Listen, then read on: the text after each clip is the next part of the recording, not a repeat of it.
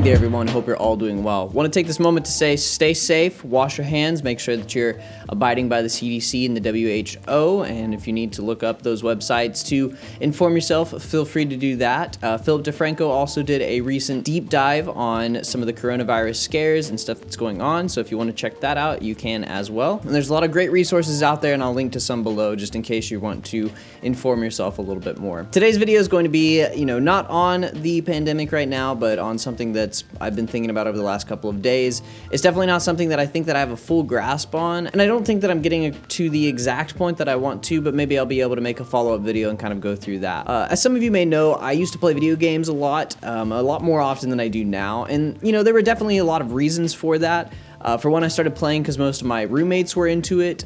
I then moved colleges and physically couldn't spend time around people, and so gaming in general became this way of escape. But even while I was playing Fortnite and Overwatch, the games that I pretty much mostly frequented, I couldn't help but feel like those games weren't a perfect match for me. They felt fun for sure, but I didn't grow up playing competitive games, and in many cases, those environments were not healthy for me. And I would, search for other games, trying to find something else that was popular that people were playing, and I couldn't find anything. And beyond that, if I did enjoy it, my friends weren't enjoying it, and that took the fun out of it for me. And it seemed like even though there were so many new things out there and so many new games being released almost every month, there just wasn't anything that actually felt new, that felt kind of fresh or exciting or, like a new foray into gaming. Especially as I started getting closer to, losing interest in Fortnite and the other games that I was playing, I would wonder why it felt like I was in a game drought. Why could I spend hours searching through Steam and searching through the Epic Store and not find something that would hold my interest? And why did all the battle royales that I played become less interesting after a few hours? And why did it seem like, every single game I turned to was the same? I don't think that I have a full answer to this issue, but recently I was watching some interviews with early game developers, and it gave me some insight into perhaps part of this conversation, part of this process that's led to what I would consider a game drought. So in this video, I want to go through a little bit of where I'm coming from, my backstory, and the type of games that I like, and explore the themes that I saw in these videos and why I think it influences this conversation.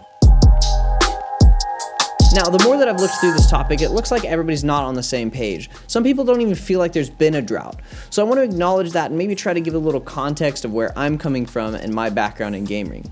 When I was younger, video gaming was a whole new frontier. My parents didn't have a full grasp on how it would impact me or my family members growing up, so for the most of my childhood, we weren't allowed to game more than 2 hours, and beyond that, even on trips and stuff, it would be limited, and so my interaction with video games wasn't, as much as it would have been for a lot of people out there. Now, for most of my family, technology wasn't nearly as enthralling or as interesting as it was for me, so they had a pretty easy time going along with those rules, but for me, I'd find myself hitting that 2-hour mark, that one that my parents had set way before it felt like I'd actually gotten anywhere in the game. It would penalize me trying to explore and stuff like that, and at the end of the day, it really was harder for me to comply with that rule than it was for the rest of my siblings. And if you've ever played a game that you've liked before for about 2 hours, you know how the time kind of warps and you feel like you haven't really gotten that much done. And that's where I was most of the time. And to be honest, I definitely wasn't the most obedient kid growing up, so almost every time I got on the Wii or the 3DSs that we owned, I would pretty much play until it got taken away. Like literally, almost every single time I would play past my time limit, and then my mom would come up and take away the Wii or take away the game I was playing or my 3DS. And then it would be 2 weeks or 2 months or however long the penalty time period was, and then I would get it back and do the whole thing all over again. Play past my time limit, get it taken away, the whole 9 yards. This cycle kind of repeated itself up until about the last few years of high school when I started to spend less time at home and around the family. I think at the end of the day, I just got tired of not having my gaming systems for so long that I stopped thinking about them as much, but definitely as those rules kind of started to relax, I was starting to play a little bit more. But even then, it wasn't as much as I would have had time for when I was younger. I'd made friends, I was spending more time doing schoolwork and homework, and so there's a lot of times that I didn't really have the opportunity to play as much as I'd want to. And this brings up a few things about my background that are important and I want to go through here. First and foremost, I didn't have much gaming experience. Most of the games that I played were available on the Wii or on the GameCube, and since my parents didn't like games with shooting, I mostly played Mario properties or like Need for Speed. Secondly, I didn't get to play that much, but I was still heavily interested in the technology and the experience. So when it comes to gaming, I'm almost predisposed to be interested in them. Because I love technology and anything that's new that I can experience, I usually fall in love with all of these different things and, you know, spend a ton of time studying them and working with them. Back to the story though. Around my last year, I changed my housing, and one of the friends that I had met at school kind of invited me into his house, and he introduced me to Fortnite. He wasn't really big into it, but he had just started working with video editing on a more professional basis, so he put together a custom PC that could both game and work with the video files that he was required to work with. And I was really interested in the idea, so I did the same and ended up getting into it way more than he did. I built my own custom PC and started streaming and working with that on a daily basis. And a lot of you know the story from there. I pretty much devoted my life to the game for the next 2 years or so while streaming on Twitch. Now, the first full year I was pretty much a noob. I wasn't really good, but for almost a full year after that, I was entirely wrapped up in Fortnite, and I was getting pretty decent at it, but I hated the actual experience of the game. The community itself was the most toxic out of any game that I'd ever played, and I was also starting to dislike the mechanics and the way that it operated in general. It was intentionally made to feel addictive, but I could tell that the game wasn't something that really fit with me and what I'd learned and liked as a person. Like I said, I came from a Nintendo background to where everything was more about experiencing the game and working with stuff. It wasn't really about millisecond response times and having hardware that allowed you to play the game at 120 frames per second and stuff like that. And I really hated feeling like I needed to go buy new hardware to actually play a game well. And you know, every time that I tried to get into another game, which I did try to do multiple times, both my viewership and the amount of friends that I could play with would diminish drastically. Now, this is another important note to make. Something that Fortnite did is condition me to a specific type of gaming experience. Games that interested me were the ones that I could play online with friends all over the world, but because of my negative experience, I didn't want something that would be hardware focused, or, you know, have to require the fastest response times or something like that. I enjoyed the experience, I enjoyed playing, and I enjoyed doing it with friends, but I didn't want to do it if it was going to be something that required me to upgrade my hardware all the time, or make me feel like I had to consistently practice and get way better just to be able to play with the people that I wanted to play with. So like I said, not everybody's gaming experience is going to be like mine, but this is what has shaped me and designed me in the way that I enjoy video games.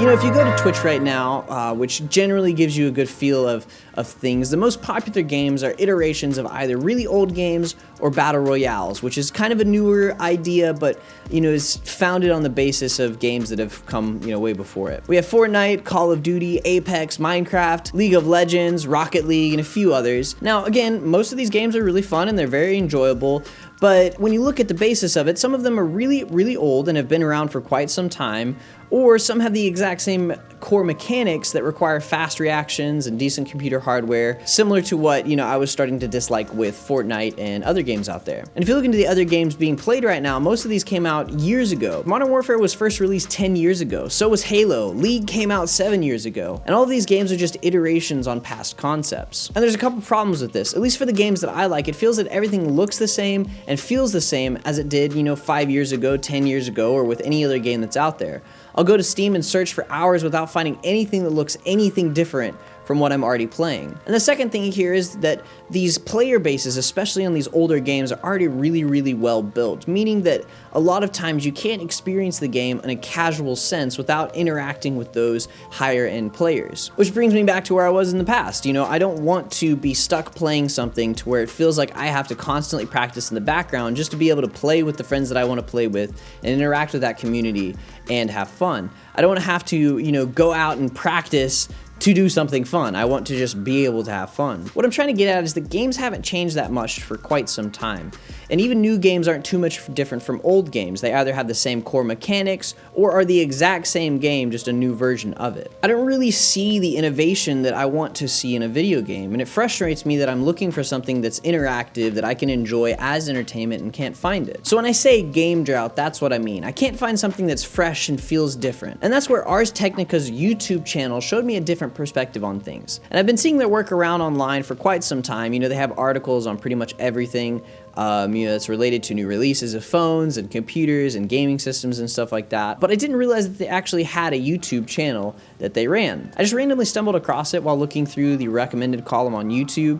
And what interested me about their channel is the series that they have on game developers. They have this series called War Stories, and in each interview, they go through a specific problem that a developer came across in, you know, their game and how it pushed them into a specific, like, a designing corner or coding corner. A lot of times it would be because the hardware couldn't actually support the game that they were trying to build, and they had to come up with really creative solutions to try to fix this problem. And through the interview, they would go through the solution that they found, which was, again, usually really clever or really interesting, or something that pushed the very limits of what gaming was doing at the time. And what I found through watching these videos is that many of these revolutionary games had crazy hitches in the process. But what was cool about this and what was different is that these guys generally used those hiccups to innovate and grow their game and their style. And sometimes these hiccups would redefine the entire gameplay system and make the game much more fun or interesting or unique. It was almost as if they were using their limits to innovate and iterate in a way that actually, in the end,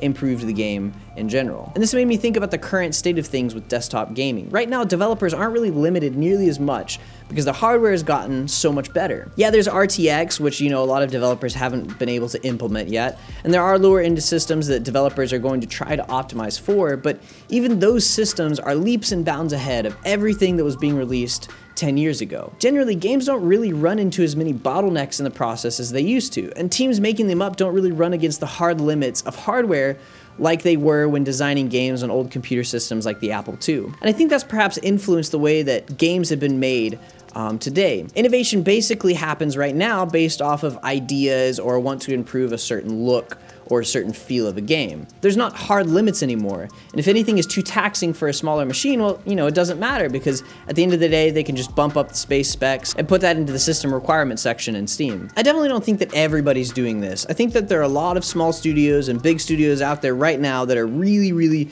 doing good work, but I think that at least in the here and now, in a similar way that movie studios are recycling nostalgia, game studios are doing the same to create games that sell well, but perhaps will be forgotten in a few years. These iterations on, game concepts that we know and love are awesome and amazing, and, it feels great in the moment, but I find myself, at least, a month or 2 months down the road being completely uninterested, and everything about the game kind of feels exactly like it did before. And because, I didn't play video games a lot when I was growing up, I didn't really get that connection to, first-person shooters that a lot of people did. They're fun, they're interesting, but I don't necessarily seem to have the reaction times necessary that a lot of people developed when they were younger. And because of that, I'm almost always at a disadvantage going into those games, and so it doesn't matter what first-person shooters out there, I'm just not going to be able to play it as well, which means I won't be able to have as much fun with the friends that I'm with because I'll constantly be holding their team back. And then when it comes to other games that aren't based off of just millisecond response times like League of Legends and stuff like that, well,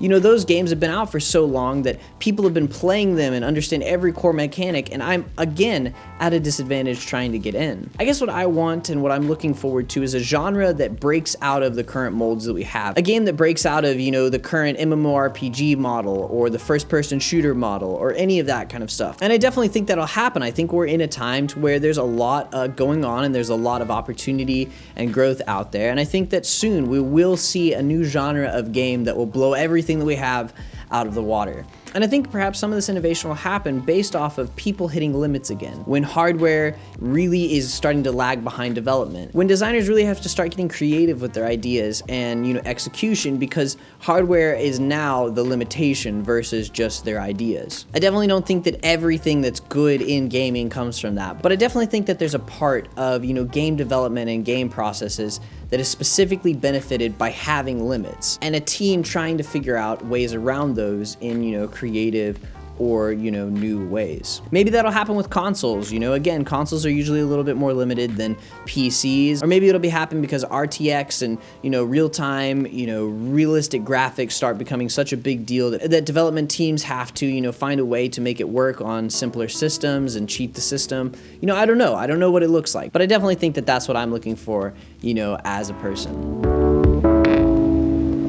I really don't know how to end this. I'm sad that as things get a little bit more corporate, that they kind of all merge together. Maybe that's another thing that kind of fits into this, conversation. I've made videos about this before, and how movies nowadays are getting a little more boring because, Universal or Disney, knowing that there's a system that works and just following that system, kind of recycling nostalgia so that people will watch that content and pay for it. It's not anything new, but, at least it keeps them afloat. And, maybe everybody's okay with that. And I don't know if this is just a problem that I care about and nobody else is noticing, but what Ars Technica reminded me of is that there was an age to where gaming was something that took consistency considerable amounts of passion and absolute brute force problem solving to, you know, make happen. And nowadays, people don't have to work through that similar kind of thing as much. And you know, like I said already, I'm excited for the day that, you know, a new studio will come along and perhaps start working on a project that will blast off and change gaming forever. But, you know, until then, I'll be waiting and, you know, continue searching for something that will fit me. That being said, that's pretty much it for this video. Love you guys. You're awesome and amazing. I appreciate each and every one of you. Make sure to wash your hands and stay safe. I've got my latex gloves that I've been wearing and keeping with me, so that way I don't have to touch any public surfaces. If you guys have any thoughts or questions or comments, feel free to leave those below. Like and subscribe if that's something that you're interested in doing and if you want to see content like this in the future. But with that being said, I will see you guys in the next video.